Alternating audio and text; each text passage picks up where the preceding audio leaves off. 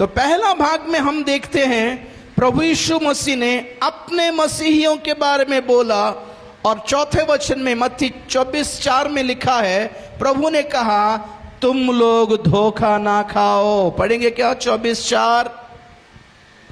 यीशु ने उनको उत्तर दिया, हाँ सावधान रहो, हाँ, कोई तुम्हें ना भरमाने पाए। तुम्हें कोई भी भरमाने ना पाए। जी पढ़िए पढ़िए पढ़िए। क्योंकि बहुत से ऐसे होंगे हाँ जो मेरे नाम से आकर कहेंगे मैं मसीह हूं, और बहुतों को भरमाएंगे। तुम लड़ाइयों और लड़ाइयों की बस यीशु ने उनको उत्तर दिया, सावधान रहो, कोई तुम्हें ना, मेरे उड़िया वर्षन, ये हिंदी वर्षन मोबाइल वर्षन में अच्छा लिखा है, कोई तुम्हें ना बहकाने पाए। बहकावे में आ जाएंगे लोग, धोखा खाएंगे। और इसका कारण भी लिखा हुआ है, क्योंकि बहुत से ऐसे होंगे जो मेरे नाम से आकर कहेंगे मैं मसीह हूं, और बहुतों को बहका देंगे। भरमाने का मतलब है हिंदी में भ्रम पैदा करना। भ्रम या भ्रांति, या आसान भाषा में बोलेंगे तो धोखे में रखेंगे लोग, धोखा खाएंगे। 24 पढ़िएगा एक बार मत्ती। क्योंकि झूठे मसीह हाँ और झूठे भविष्यवक्ता उठ खड़े होंगे, हाँ और बड़े चिन्ह और अद्भुत काम दिखाएंगे, हाँ कि यदि हो सके तो चुने हुओं को भी भरमा दें। हाँ, बस बाइबल कहता है, मेरी तरफ देखिए एक बार, मसीह के आगमन में उठा लिए जाने के लिए प्रभु ने कलीसिया में से कुछ लोगों को चुना है। क्या किया है? चुना है।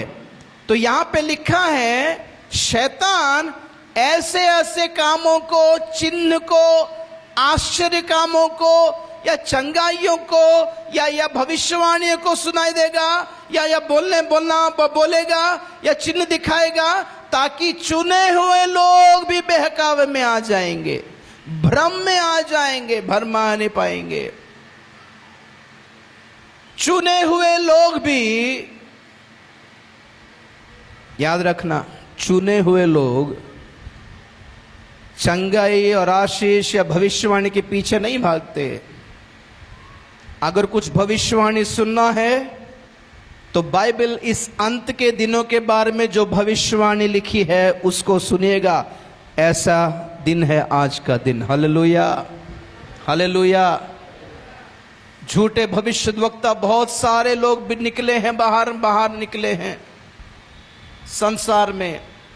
सिर्फ प्रोफेसी नाम से बुलाना, या रोगों से बुलाना, उनके बीमारियों को बोलकर बुलाना, उससे क्या मिलेगा? बोलिए क्या मिलेगा? चलो ठीक है, बुला दिया तो क्या मिला? या हाथ हिला दिया तो 100 लोग नीचे गिर गए तो क्या मिला? मन फिराए, पश्चाताप मिला, या प्रभु यीशु मसीह पे विश्वास किए, या मसीही बन गए? कुछ नहीं। सिर्फ स्टेज पर मैजिक शो चल रहा है बहुत जगहों पर। इससे पता चलता है कि लोग बहकावे में आ गए हैं। बहुत सारे मसीही लोग धोखे में हैं। मैंने सुबह ही कहा था, हम भी चंगाई के लिए प्रार्थना करते हैं। हालेलुया। हमने खुद भी चंगाई पाया है, हम खुद भी आशीष पाए हैं। प्रभु ने हमारे जरूरतों को भी पूरा किया है। हमने भी प्रार्थना किया, बहुत सारे लोगों को चंगाई मिला है। हमारी सेवकाई में भी बहुत सारे मसीहियों को प्रभु ने आशीष भी किया है, जरूरतों को पूरा भी किया है। कोई बात नहीं, ठीक है। कभी कभी कुछ मसीह लोग चंगा नहीं हुए, प्रभु का बुलावट पाके चले गए, तो भी कुछ फर्क नहीं पड़ा। उनके परिवार अभी भी प्रार्थना करते हैं। हालेलुया। बड़े बड़े नौकरियों की खोज में लोग थे, हमने प्रार्थना किया, कुछ लोग नौकरी पाए, कुछ लोग नहीं पाए, फिर भी फर्क नहीं पड़ा उनको, फिर भी मसीहियत में हैं वो लोग। हालेलुया। मैं बोलता हूं ये चंगाई आशीष ठीक है, प्रभु ने किया, प्रभु का धन्यवाद हो, लेकिन इतना बड़ा गवाही तो नहीं है कि आपको स्वर्ग राज मिल जाएगा। स्वर्ग राज का गवाही थोड़ा अलग किस्म का गवाही है। सुबह मैंने बोला था, उद्धार की गवाही। हालेलुया।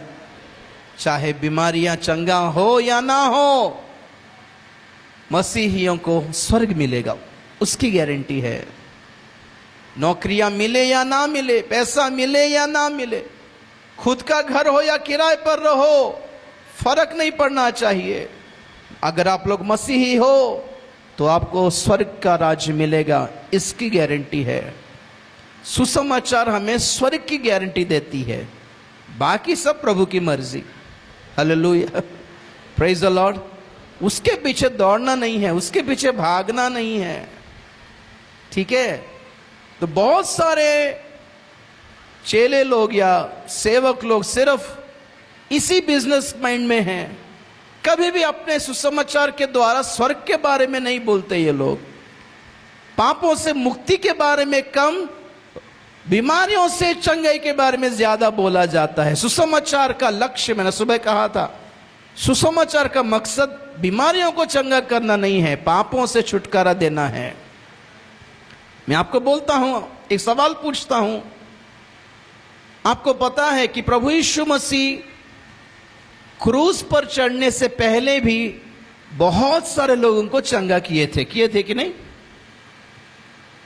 क्रूस पर चढ़ने से पहले भी प्रभु यीशु मसीह ने हवा के झोंके को धमकाया, समुद्र के लहरों को धमकाया, और प्रकृति ने भी उसकी बात मानी या ना नहीं?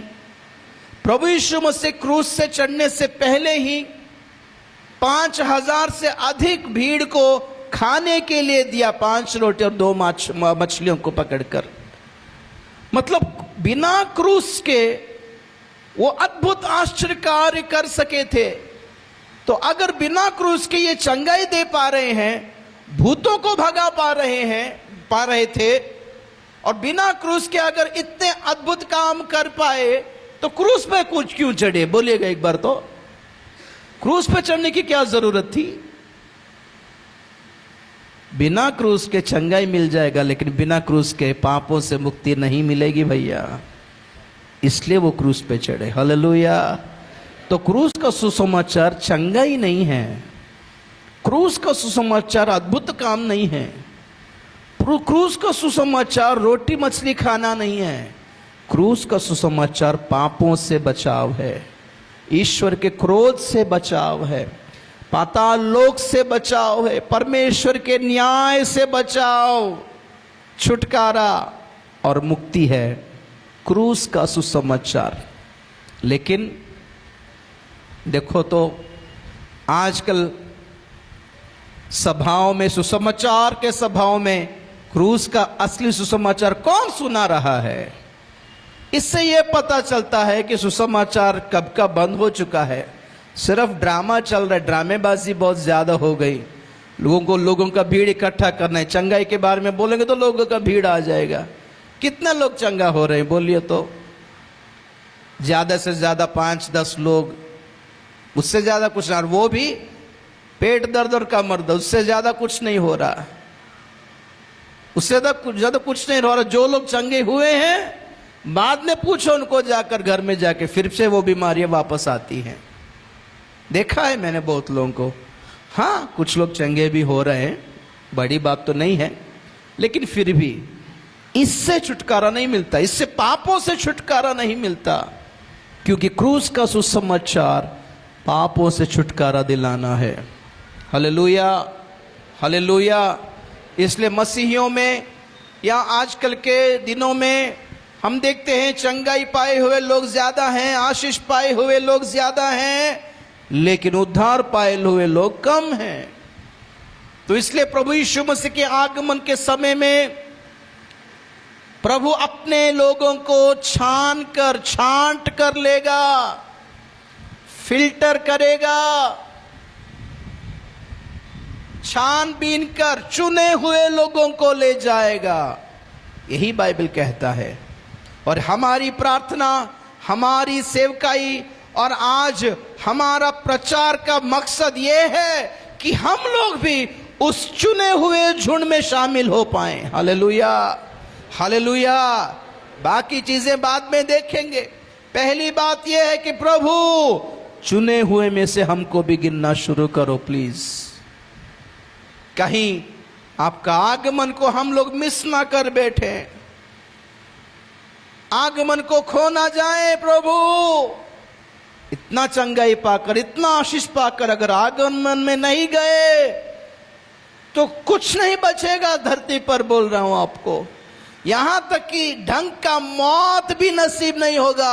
यही भविष्य है दुनिया का।